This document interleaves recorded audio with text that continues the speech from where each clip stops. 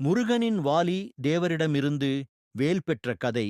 ஒரு நாள் அசுரர்களின் அதிபர் சூரபத்மன் தேவலோகத்தையே கைப்பற்றிவிட்டார். எல்லா தேவர்களும் அவனால் மிகுந்த துயரத்தில் இருந்தனர். அவர்கள் பரமசிவனிடம் சென்று உதவி கேட்டனர். இதை பார்ப்பதற்கு முன் சப்ஸ்கிரைப் செய்து முழுமையாக பாருங்கள்.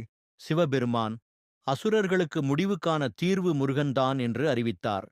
ஆனால் அதற்கு முருகனுக்கு ஒரு சக்தி வாய்ந்த ஆயுதம் தேவைப்பட்டது. அதனால் பார்வதி தேவி தன் அன்பு, சக்தி மற்றும் வரங்களை ஒருங்கே சேர்த்து உருவாக்கி முருகனுக்கு பரிசாக ஒரு தெய்வீக வேலை அளிக்க தீர்மானித்தார். பார்வதி தேவி காசியில் உள்ள வாலி தேவரிடம் சென்று அவரால் செய்யப்பட்ட தெய்வீக வேலை முருகனுக்கு பரிசளித்தார்.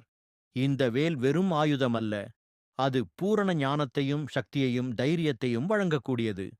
முருகன் அந்த வேலுடன் சூரபத்மனை வீழ்த்தினான்.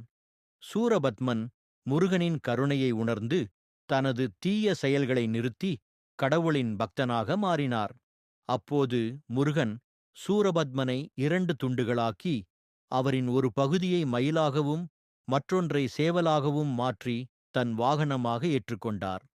இந்த கதையின் மூலம் நாம் உணர்வது, தன்னலமற்ற காதல், ஞானம் மற்றும் தைரியம் கொண்டால் எந்த தீய சக்தியையும் வெல்ல முடியும்.